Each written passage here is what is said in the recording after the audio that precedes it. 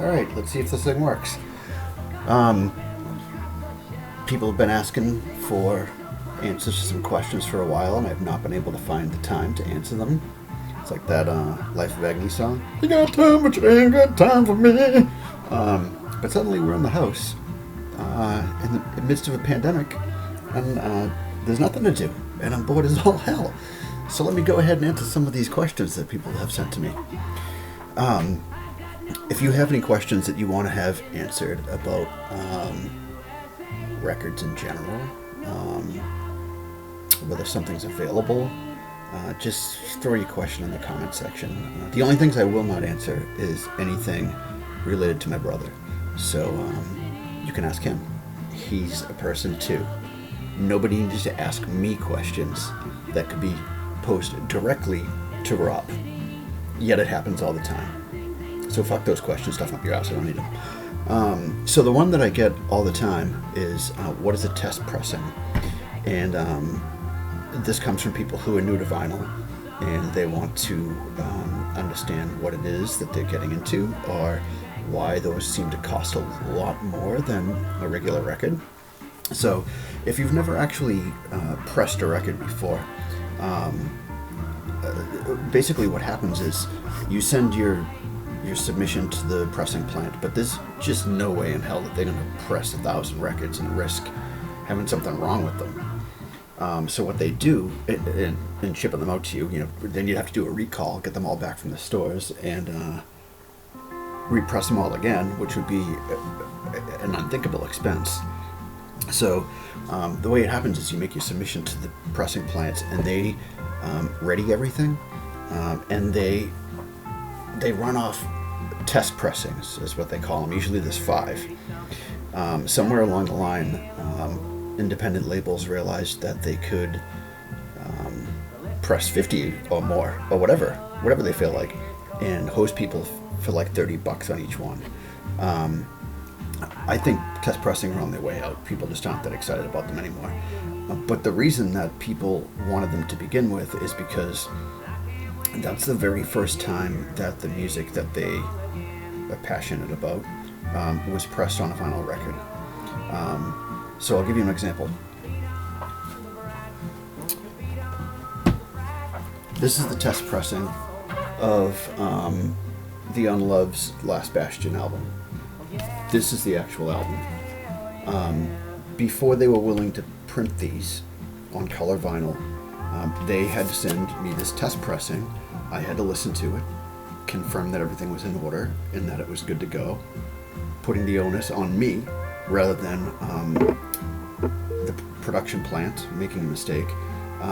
And I then confirmed everything sounded fine, was as I was expecting, and they proceeded with pressing the full run. The reason people want to get, as I said, the reason that people want to collect those is because this test pressing, whether it was 5 or 50, was the very first run of records that took that music and carved it into plastic. Pretty much that's it. So people go pretty nutty for test pressings, or they did about 5 years ago, and I'm sure long before that. Whether you want to buy something like that is totally up to you. People seem to have. There are people out there that collect just test pressings, and then there's some people who just want to have test pressings for some record they loved or love. I can't think of a scenario. I offer them through State Line, but not always. Like Art Thieves, we only did enough to give to the band, I think. And there's still some sitting out there from records that were put out a few years ago. People just don't want the test pressings anymore. But as another example, when we did that Romulus Sinners and Saints split, those fucking test pressings sold fucking fast. Actually, all of them did. All the records did, but test pressings really went fast too. So basically what it is an unmarked record, but it's from the initial run of that music being pressed on vinyl for the first time. And that's it. That's a test pressing. Some labels will doll it up a little bit. They might give you like a unique cover that they make somewhere around, right back here. See that white square right there? Those are empty record jackets. Let me grab it. So this is just a record jacket, just like Do or Die comes in a record jacket, but there's nothing pressed on it. Some labels will kind of like do these up fancy and make it like a special thing that you're buying. It's really unique, but it's still just an unmarked record. Getting a marking from somebody, they might even hand number it so that they can charge you twice the price. So that's the most common thing, is people want to know what test pressings are. They're not going to really do anything for you that the record isn't going to do. In fact, when people buy test pressings from State Line, it doesn't even have a download code, so I kind of I've been giving them away lately. Like if you buy, they only cost $5 to make a test pressing. So if anybody's charging you fucking $40, they're hosing you. So it's $5. So one thing that I'm doing is there's like a combo pack. I think it's like $32, and you get a splatter vinyl version of The Last Bastion and the test pressing. Now that record by itself is $18.99, so the difference is $15. That's really low. That's like $5 cost plus $10 or something like that. Any other label would charge you $30-$40 for that by itself. And the other popular question that comes up a lot, and I didn't really understand why I was getting this question when I first started the Get Punk website. The question was, are these records bootlegs? And that really confused the hell out of me at first, because I don't own a pressing plant in my backyard where I'm just running off enough copies of a few records to sell.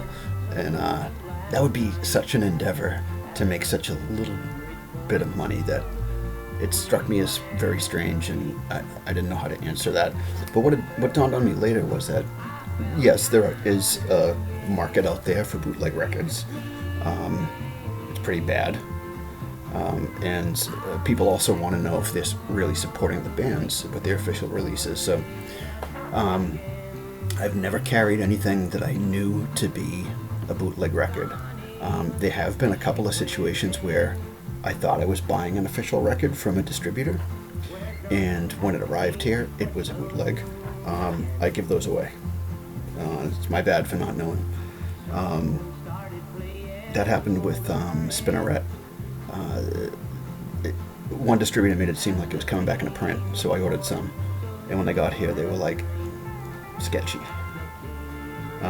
So I gave them away, and I told the guy, forget it, I'm not getting any more of them. If it was the real Spinneret record, then I would have probably bought 50 of them and sold them. So anyway, but no, all of the records that I carry on Get Punk are bought either from the bands, the labels that press them, or as close as possible to the originating distributor. So for example, Bridge 9, they distribute, well, I think they have a bigger distributor, but they have, for indie stuff, they send it to Rev. So I'll buy directly from Rev for Bridge 9, if I don't buy them from Bridge 9 directly, because they're just down the street, so sometimes they'll take my money and just sell me some shit. But if I don't get it from them, then I'll get it from their distributor, who is going to turn around and make the biggest check possible to them. Another example would be, well, Victory Records is out of business now, but or got sold or something, but when they were still selling directly, I would buy Anti-Heroes and Blood for Blood and Hatebreed directly from them, so that the money would land as closely as possible into the band's royalties. So when you buy something from Get Punk or State Line Records, it really is, it's already paid for. So whatever deals those labels or distributors have with their bands, it's not my business, I don't know anything about it. But by the time that they are on my site and available for sale, the people that are involved have already been paid.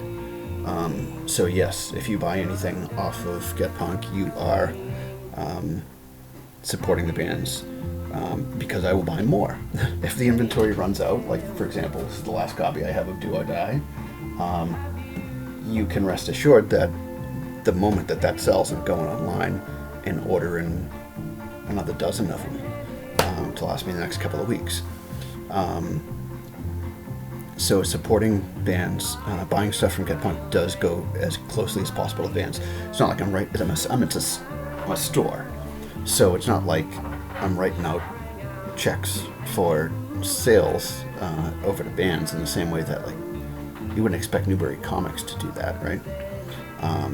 So it is technically a store by the letter of the law, but I do put thought into getting the money as close as possible to the source.